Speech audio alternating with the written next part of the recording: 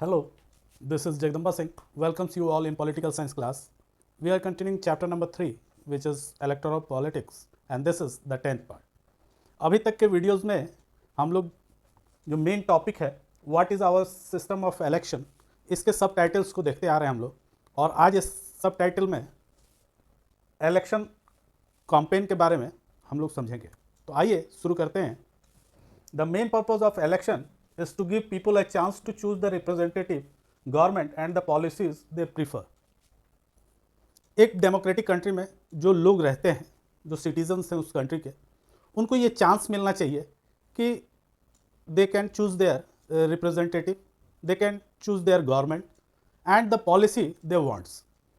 जो पॉलिसी वो चाहते हैं, जिस तरह का गवर्नमेंट चाहते हैं और जिस रिप्रेजेंटेटिव को चाहते हैं, उनको चुनने की स्वतंत्रता उनमें हो, और ये स्वतंत्रता उनको इलेक्शन के जरिए ही प्राप्त हो सकती है। It is necessary to have a free and open discussion about who is better representative. अब ये डिस्कशन का मामला है कि कौन सा रिप्रेजेंटेटिव उनके लिए बेहतर हो सकता है, विच policy will make a better government, कौन सी पॉलिसी एक बेटर गवर्नमेंट दे सकती है, and what is good policy, और क्या अच्छा हो सकता है, कौन सी पॉलिसी उनके लिए अच्छी है। ये सारी चीज़ें डिबेट का विषय है और ये उस कंट्री में रहने वाले पीपल तय करते हैं, इसलिए उन पे छोड़ देना चाहिए to decide their representative, to choose their government and the policy they want. ये तीनों चीज़ों के लिए उनको फ्री छोड़ देना चाहिए, और ये जो माध्यम है इन तीनों चीज़ को अचीव करने का, वो है इलेक्शन। वो जरिया है इलेक्शन जिसके जरिए वो अपने रिप्रेजेंटेटिव को चुन सकते हैं, वो चाहे जिस प्रकार की गवर्नमेंट को फॉर्म कर सकते हैं। और जो उन लोगों ने डिबेट और डिस्कशन से पाया है कि किस तरह की गवर्नमेंट उनको चाहिए और कौन सी पॉलिसीज़ वो लेकर के आए, ये सारी चीज़ें वो इलेक्शन के जरिए ही डिसाइड कर सकती है। This is what happen during election campaign, और ये सारी चीज़ें वो इलेक्शन कैंपेन के जरिए उन तक प्राप्त होती हैं। कैसे, उसको हम लोग समझेंगे कि during this period candidate contract their voters. जो कैंडिडेट्स खड़े होते हैं इस पीरियड के दौरान, इलेक्शन के पीरियड के समय, after the nomination and the date of voting, इसके बीच में जो समय होता है उसमें वो कैंपेन करते हैं। जो कैंडिडेट्स खड़े हुए हैं सेवरल पार्टीज से, उनकी कैंपेनिंग शुरू होती है और वो जाके कन्विंस करना शुरू करते हैं टू द वोटर्स कि वो उनको वोट दें। तो इसके लिए उनको उनकी पॉलिसीज़ को बताना पड़ता है, तो वो क्या करने वाले हैं, तो उनकी पॉलिसी क्या होगी, वो क्या देंगे पीपल्स को, क्या काम करने वाले हैं वो अगले 5 साल में, इन सब चीज़ों को वो प्रेजेंट करते हैं कन्विंसिंग के दौरान, और अपने वोटर्स को समझाने की कोशिश करते हैं कि आप मुझे चुनिए, मैं इन कामों को आने के बाद करूँगा, या हमारी जो गवर्नमेंट होगी जिसको हम लोग फॉर्म करने जा रहे हैं, वो आने पे आपके सारे एक्सपेक्टेशंस को फुलफिल करेगी। तो during this period candidate contact their voters, वो कांटेक्ट करते हैं अपने वोटर्स को, कैंडिडेट जो है उनके पास जाते हैं, उनको कन्विंस करते हैं, कांटेक्ट करते हैं और उनको कन्विंस करने की कोशिश करते हैं। Political leader address election meetings, वो जगह जगह मीटिंग ऑर्गेनाइज करते हैं जहां सारे वोटर्स उनके इकट्ठे होते हैं उनको सुनने के लिए कि वो आखिर क्या प्रॉमिसेस कर रहे हैं, क्या उनके गोल्स हैं, जीतने के बाद वो क्या करेंगे उनके लिए। ये सारी चीज़ों को सुनने के लिए उन मीटिंग्स में वोटरों की भीड़ इकट्ठी होती है, गैदरिंग होता है, और वहाँ पर वो अपने भाषण के दौरान लोगों को संबोधित करते हैं, लोगों को बताने की कोशिश करते हैं कि आने वाले समय में उनका एजेंडा क्या है, उनकी पॉलिसीज़ क्या होने वाली है। And political parties mobilise their supporters, और इस तरह से कन्विंस करके वो मोबिलाइज करते हैं अपने वोटर्स को कि उनको इलेक्शन में वोट प्राप्त हो। Newspaper and television news are full of election related stories and debate. उस पीरियड के दौरान जो नॉमिनेशन कैंडिडेट का होता है और जो वोटिंग के डेट्स होते हैं, उसके बीच में कैंपेनिंग का जो एक चलता है, campaigning to convince their voters, इस दौरान अगर आप न्यूज़पेपर पढ़ें या फिर कोई न्यूज़ चैनल को खोलें टीवी पे, तो तमाम तरह के डिबेट्स और डिस्कशंस उस पर देखने को मिलते हैं। तो आइए और भी बहुत सारी बातें हैं जिसको हम लोग समझते हैं। Now we will see how political parties raise big issues during election campaign. तो in election campaign political parties try to focus public attention on some big issues. जब उनको इलेक्शन के दौरान जब वो कैंपेन करते हैं पॉलिटिकल पार्टीज और उनके कैंडिडेट्स, तब वो चाहते हैं कि वो बिग इश्यूज़ को रेज़ करें, जो पब्लिक से रिलेटेड बहुत बड़ी बड़ी इश्यूज़ हैं उनको रेज़ किया जाए। तो वो क्या करते हैं उसके लिए, तो for this they use slogans. ऐसे में वो स्लोगन्स का प्रयोग करना शुरू करते हैं और एक नारा देने की कोशिश करते हैं जो स्लोगन के रूप में होता है। Let us look some of them. आइए कुछ नारों के बारे में समझने की कोशिश करते हैं कि कैसे ये नारे दिए जाते हैं इलेक्शन कैंपेन के दौरान पॉलिटिकल पार्टीज और उनके कैंडिडेट्स के द्वारा। The Congress party led by Indira Gandhi gave the slogan of गरीबी हटाओ इन the Lok Sabha election of 1971।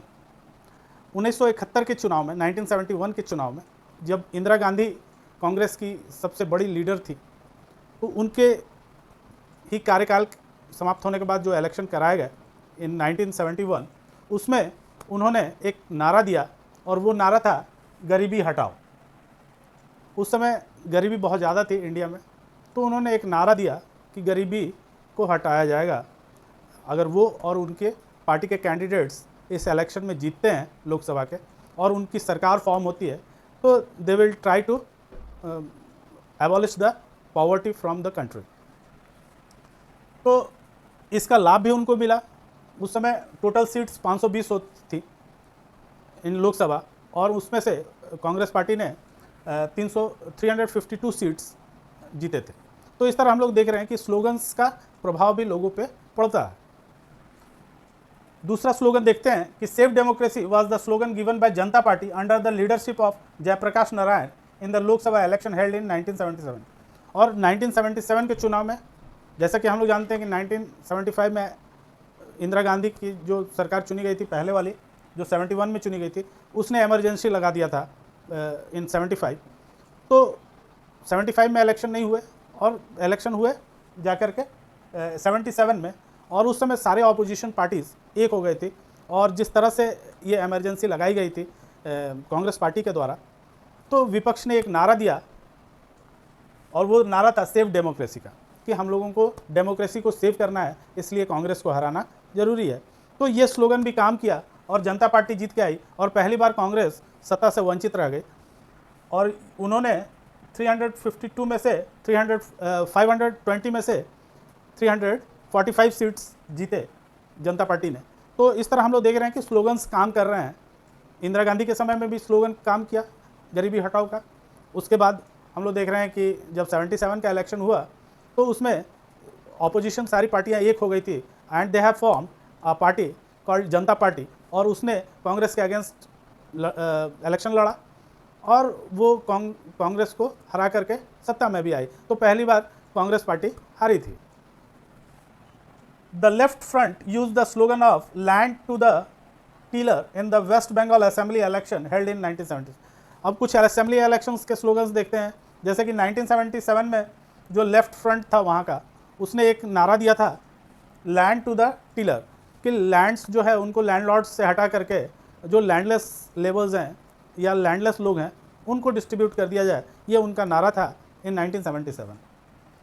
Next देखते हैं हम लोग protect the self respect of the Telugus. यहाँ पर तेलुगु जो बोलने वाले लोग हैं उनके सेल्फ रिस्पेक्ट की बात की जा रही है कि उस सेल्फ रिस्पेक्ट को प्रोटेक्ट करने की ज़रूरत है।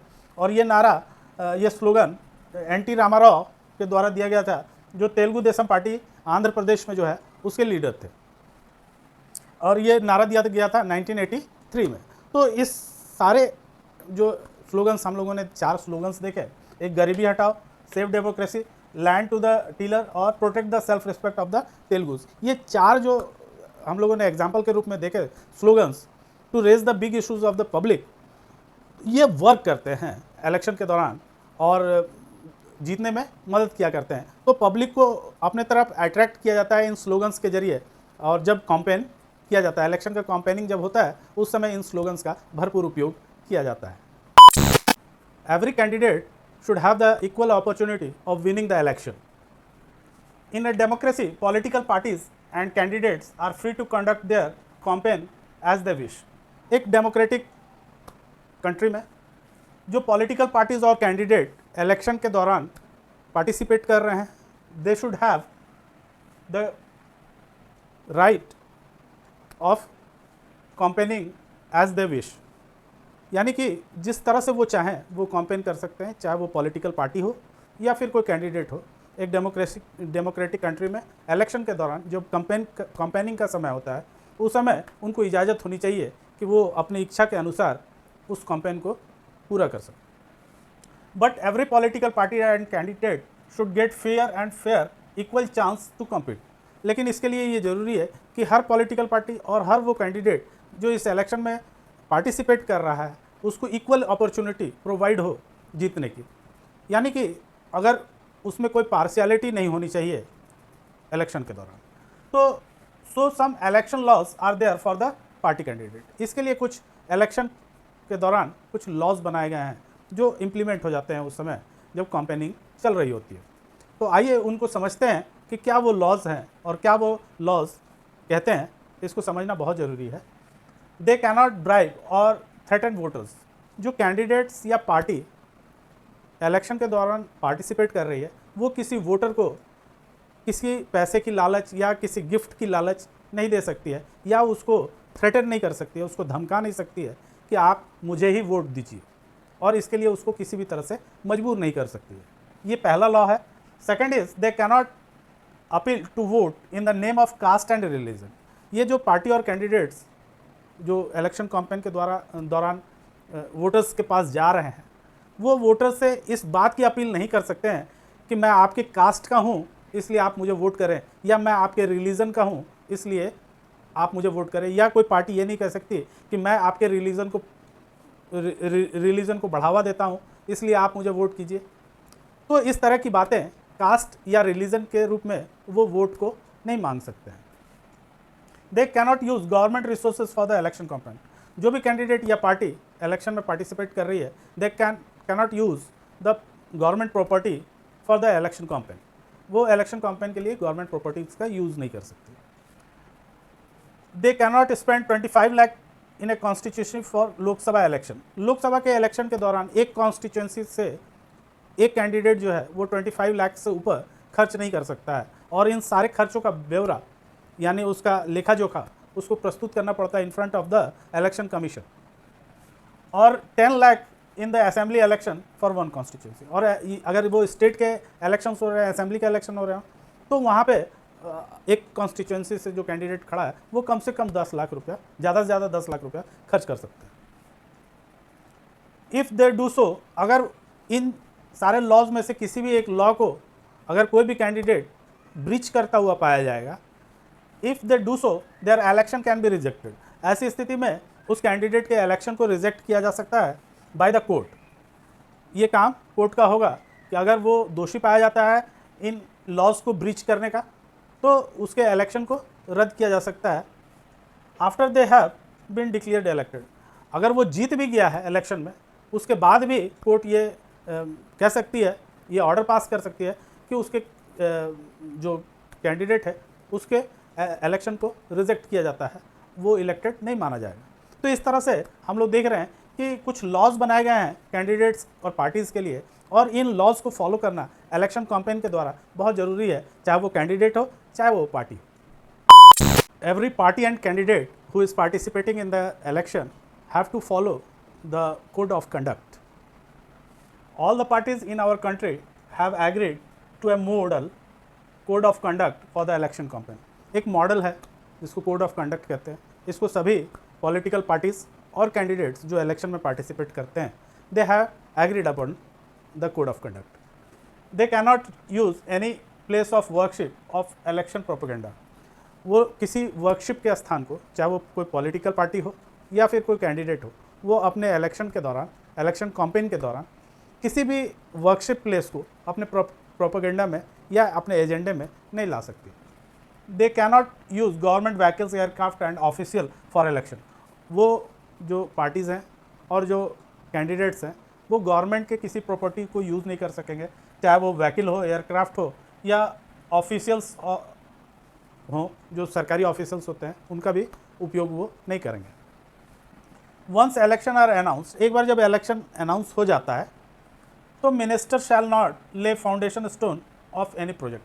तो जो मिनिस्टर्स होते हैं वो किसी भी फाउंडेशन स्टोन को नहीं रख सकते हैं किसी भी प्रोजेक्ट के, यानी कि कोई भी प्रोजेक्ट अब वो शुरू नहीं कर सकते, उसका शिलान्यास वो नहीं कर सकते हैं एक बार जब इलेक्शन अनाउंस हो जाते हैं और कोड ऑफ कंडक्ट लागू हो जाता है। यानी कि जिस दिन इलेक्शन अनाउंस होता है उसी दिन कोड ऑफ कंडक्ट उस दिन से लागू हो जाता है।